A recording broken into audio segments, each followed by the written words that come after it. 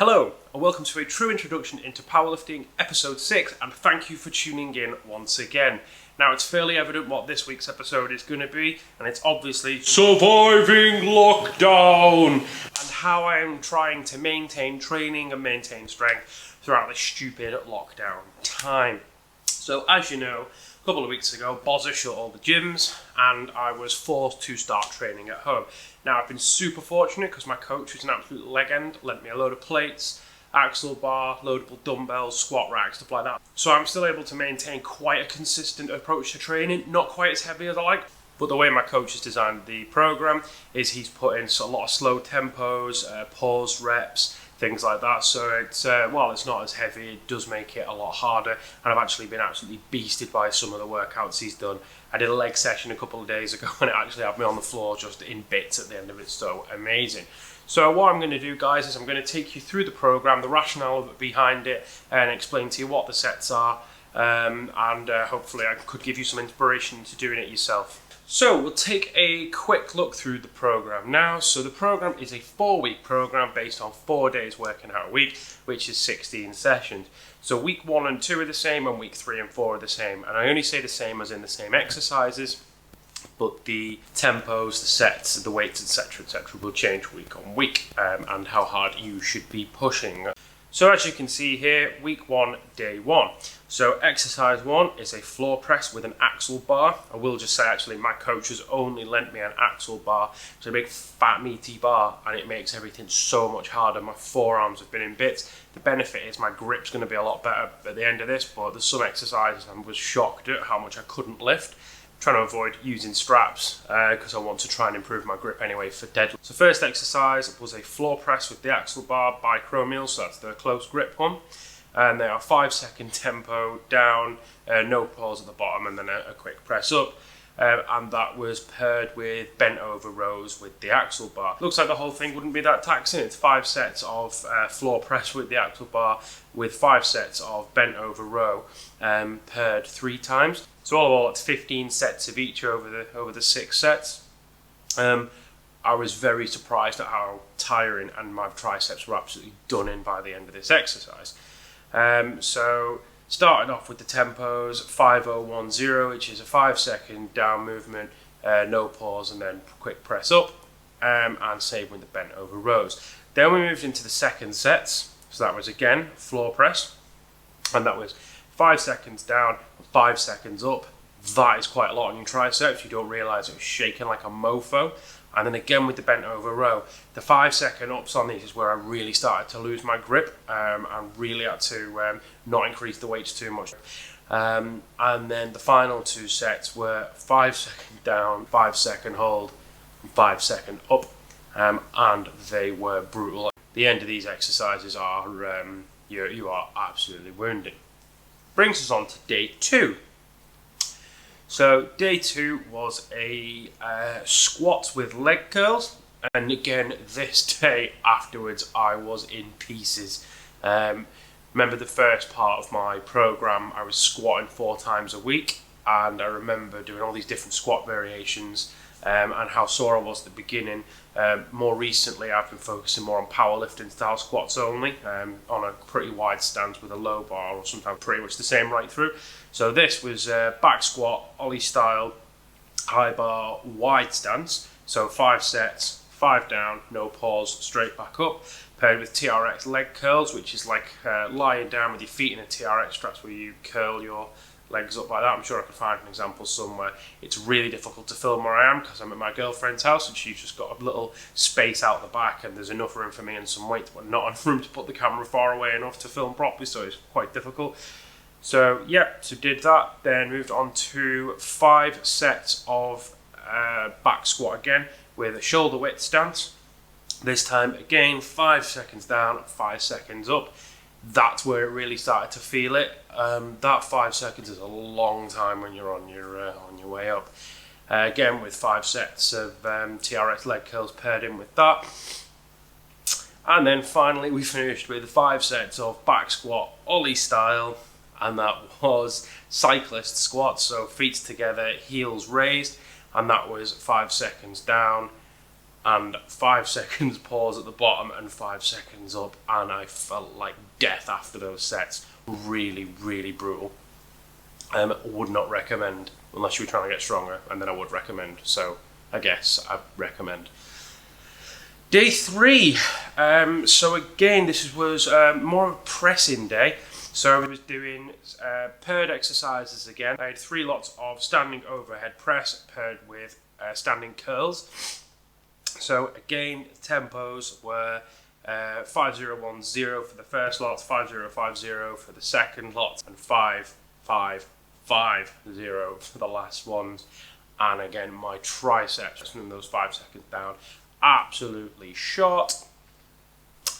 And also my lats from doing the negative movement on the overhead press. Jesus wept, not good.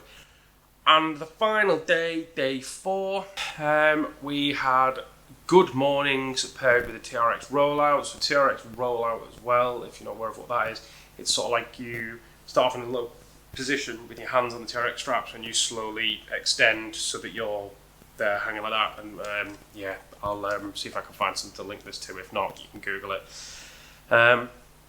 But yes, 5 sets of standing good mornings with 5 sets of TRX rollouts paired. Again, 5010 tempo, so 5 second down, no pause, straight back up. Then we had deadlifts, powerlifting style with a clean grip. Interestingly enough, because I can't keep hold of the bar, I've switched to mixed grip, which I've never done before, and I'm so much stronger. So I was talking to my coach today, probably going to keep training like that and use it for comp. Much prefer it to hook grip. Hook grip can suck a dick, and yeah, feeling really good with that. So yeah, I did 5 sets of that. That was 5 seconds down, 5 seconds up. That was brutal. Really felt like crap after that, but is what it is. I can't go too heavy at the moment. I think I had 140 kilos on it, which I can lift a lot more than that. But yeah, it was those tempos killing me. And then finished with some Romanian deadlifts paired with windmills. And they were 5 seconds down, 5 seconds pause, 5 seconds up, and oh my god, I was shaking like a shitting dog after finishing those. That 5 second pause at the bottom and then the 5 seconds back up together seems like about 8 years. So absolutely wounding. Hopefully you can see from the videos that some of the sets that I filmed, I'm thoroughly not enjoying it. So that gives you an indication as to what my training looks like. As I said, I haven't filmed the assistance work because there's just not the room. With regards to the rationale to why I'm doing it, why I'm training like that, and how that is helping me maintain strength and the benefits of that, I've asked Tom to put some words together on that. So over to you, Tom. I'm Tom Hibbert from Winning Strength Southampton, and Mike has asked me to give you a brief overview of why I've chosen the certain protocols for him during lockdown. So obviously during lockdown we don't have access to a lot of kit. He was able to take some plates, I think to around 140, 150 kilos, plus I gave him an axle specifically because it was going to make things harder for him. During lockdown, the goal is probably damage limitation more than anything. So Mike was making absolutely phenomenal progress with the conjugate method that we were using. He was doing 2 heavy sessions and then 2 speed sessions, but doing that at home wasn't going to be practical. So what I did is I threw together a couple of protocols that really make things more difficult with the weights you've got. So what I wanted to do was ensure that we maintained as much hypertrophy as possible. If we maintain his muscle mass and even build some, he's going to return to the gym in decent shape to then peak. So the idea is a case of, if we maintain muscle mass, his strength gains won't be lost. He'll be able to retain them when he comes back, although he can't necessarily deadlift as heavy as he might, bench as heavy as he might, or even bench fully. He's still going to be in a good position when he comes back to build up back over 8 weeks. So the first protocol is a multi-tempo protocol. It involves some pretty nasty tempos. So you start out, everything is sets of 5 or sets of 3 to 5. The first series he goes 5 down, straight back up. So it's kind of a strength response, normal training. Then he goes 5 down and 5 back up. What that does is that creates a lot more muscular tension, which is going to be conducive to intermuscular coordination, but also hypertrophy. Again, that's setting the base for when he comes back. It's a great protocol to use 2 weeks out of every 8 to 10 with any kind of strength athlete. And then the last tempo is 5 down, 5 pause in the disadvantageous position, and then 5 back up again. So it's quite a humbling protocol, and he's doing that over 4 different days.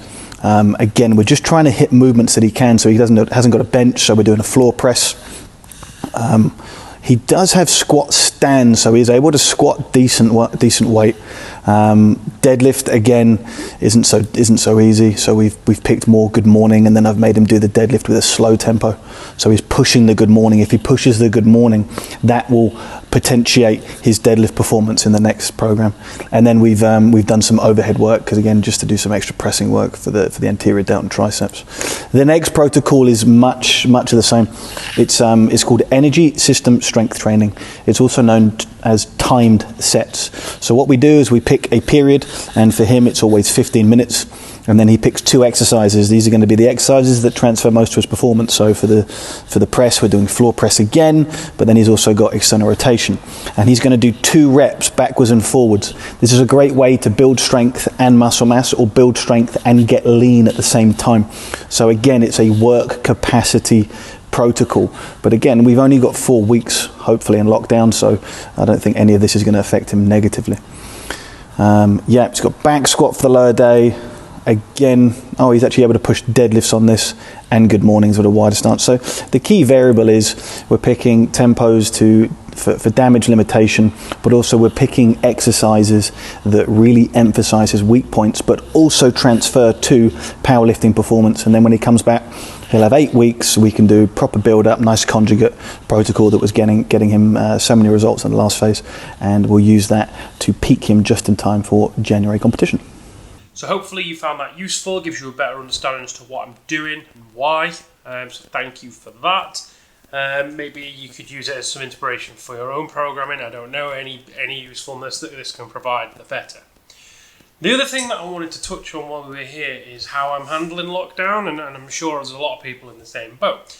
So coming up through the training, I put on a little bit of weight. I think I was putting on weight faster than I should have. So I've used this 4 weeks as an opportunity to drop my calories, drop my carbs, and try and run like a mini cut, just to drop some excess body fat. So whilst I've got stronger and I have gained some muscle, there's a lot of unwanted fat that's come along with that, which I have touched on. So as I say, dropped calories, dropped carbs, and I'm getting out to do a walk first thing of the morning, and then a 10-minute walk after each one of my meals. I've lost a couple of kilos over the first 3 weeks of doing that. So I started a week before the lockdown. We're now in the end of the 2nd week. So started doing that 3 weeks ago. I've dropped a couple of kilos, which is pretty good. But I imagine a lot of that was probably water. So I'll provide an update as I get to the end of that. The other side of things is the sort of mental side of things. So I'll be honest, I've found this lockdown much harder than the first one, despite the length of it, probably because it's winter.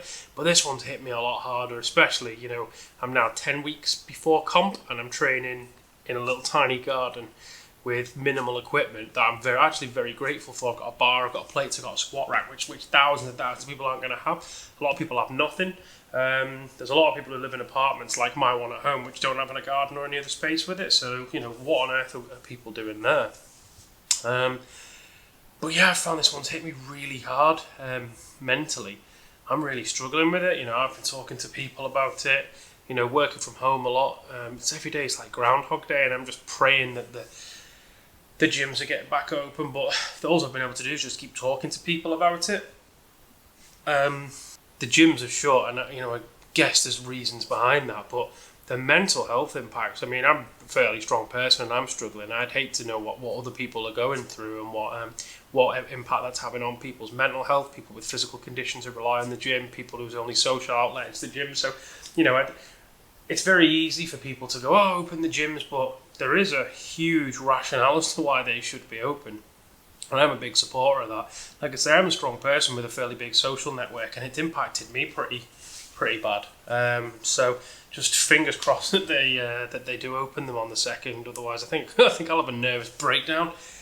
But just think it's important to sort of highlight that everybody has these feelings. People do feel like this, and this isn't a sort of vlog to go, I'm struggling and stuff like that. It's a real thing, and I think people need to recognise the benefit that the gym has, both physically and mentally. Just get these back open. So mini, can you call that a rant? I don't think it was a rant, but over. So unfortunately, not anything else interesting that I can really share with you as we're in lockdown. I hope you found this episode useful. Again, it's been really frustrating. What I'm aiming to do is, if I can get back into the gym in 2 weeks, I'm going to ask my coach if I can run a couple of tester lifts, because I'm just really curious to know where my squat, bench and deadlift are. So fingers crossed in a couple of weeks I'll be able to show you that. But otherwise, as I will always ask, could you please drop the video a like, subscribe to the channel, and if you're not on there already, please check us out on Instagram at Into Lifting. Thank you and see you next week.